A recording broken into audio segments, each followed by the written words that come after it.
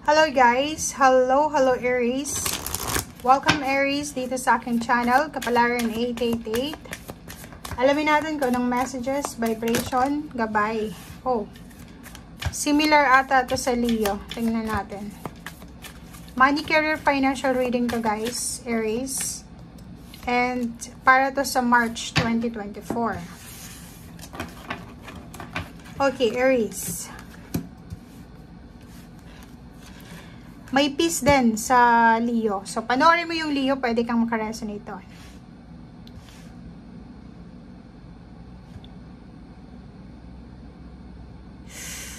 Okay, Aries. Ang nakikita natin dito, guys, is posibleng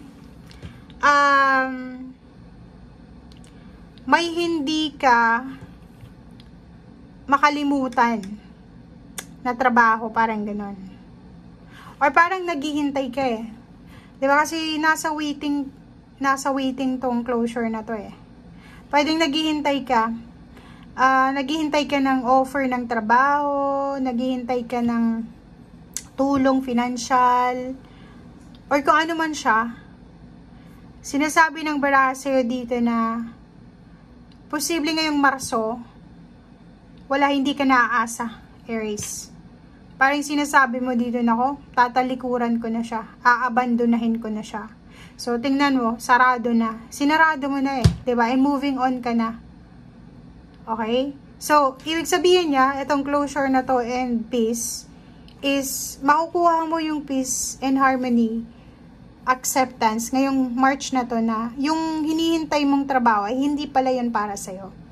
Or halimbawa, may kakilala ka, Aries, na nag-promise sa'yo na tutulungan kayang makapasok sa isang company, siya ang magiging backer mo, connection, but until now, wala pa rin. So, siguro naghintay ka ng several months, 1 year siguro, 4 months, or pwedeng 5 months.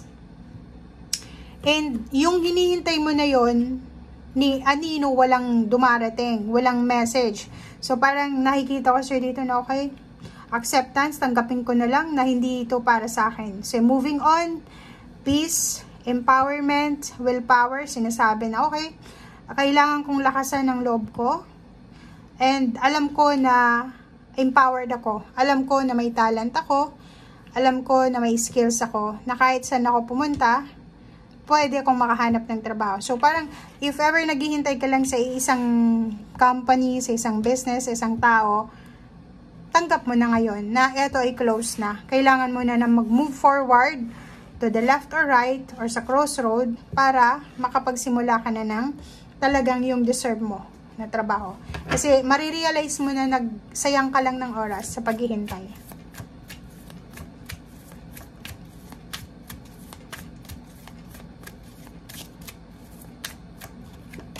Okay, victory. Diba? So, sinasabi ng baraha sa'yo dito, huwag kang manghinayang. Huwag kang manghinayang, Aries. Kasi, kung naniniwala ka sa blessing in disguise, etong nangyari sa'yo, or etong nangyayari sa buhay mo, is parang blessing in disguise siya. Diba? So, if ever nanghihinayang ka na, ay, naku, naghintay ako ng 4 months, wala akong income ng 4 months, pero ngayon, ready na ako. Dito sa Blossoming Abundance sa number 3 na to, ano man itong sisimulan mo sa ngayon, ano man itong gagawin mo sa ngayon, ano man itong pinaplano mo sa ngayon, magbibigay sa'yo siya ng completion, achievements, 2810, victory, diba? Recognition, awards, rewards, financial blessing. So, diba? So, parang blessing in disguise, may sinara mo yung isang pinto, and then may magsisimula dito na ang result niya is victory and success. Diba? So, ang galing. And celebration.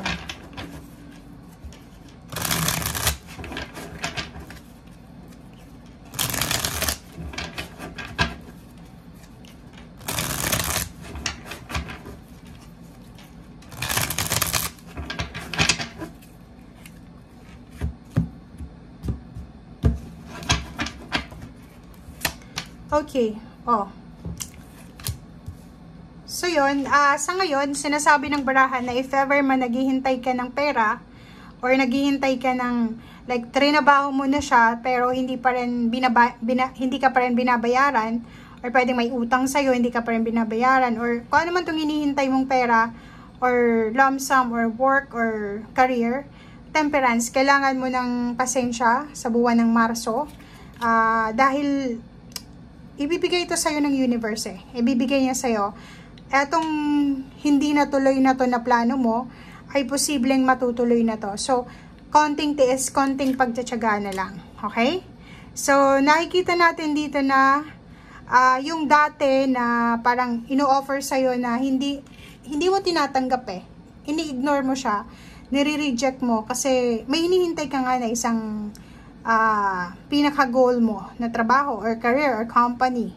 'Di ba? So, ngayon, kung ano itong nire-reject mo dati ay posibleng i-offer ulit sa'yo ng universe, and then yun, dito na magsisimula yung balanse sa yung pera. Pwedeng may magpahiram sa'yo ng pera, may magpautang may magrekomenda sa'yo sa isang trabaho, sa isang company, or pwedeng may tutulong sa'yo. 'Di ba?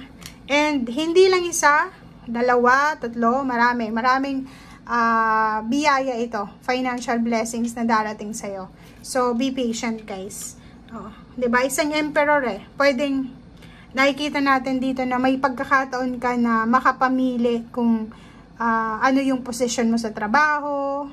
May pagkakataon na ikaw yung magdedesisyon kung saang lugar ididestino ka or titira or ganito ganyan. So, yun. Ang galing. So, dito sinasabi ng barahan na isa sa mga or dalawa sa mga hinihintay nyo na posibleng positive news ay darating na siya. So, if, for example, naghihintay ka ng news regarding sa stability ng pamilya mo, for example, kung hindi ito related sa'yo, kapatid mo, magulang mo, sinasabi ng barahan na positive, happy news and outcome itong darating sa inyo. Okay? So, nakikita din natin dito na matagal kang naghihintay para sa, for example, sa kasal, or sa pagpapatayo ng bahay, or pwedeng sa pagbayad ng bahay na inutang mo, or kung ano pa man. Basta stability to, makaipon sa kasal, or kung ano pa man. Dito sa barahan to, sinasabi na parating na siya. Okay? O, parating na. Mabilis siya. Isang unexpected. Pwedeng manalo ka sa loto, or pwedeng, yun, diba? So, pwedeng may mag-offer sa'yo ng mga tulong financial, or pwedeng may mag-alis sa'yo doon sa stagnation na kinalalagyan mo sa ngayon. So, nakikita natin dito na hindi lang ikaw, kundi buong pamilya mo, lalo na kung may anak ka, may magulang ka pa. So, sobra-sobra yung happiness na hatid ng kung ano man itong sisimulan mo ngayon ng result na is victory and success. Okay? Thank you guys. Bye!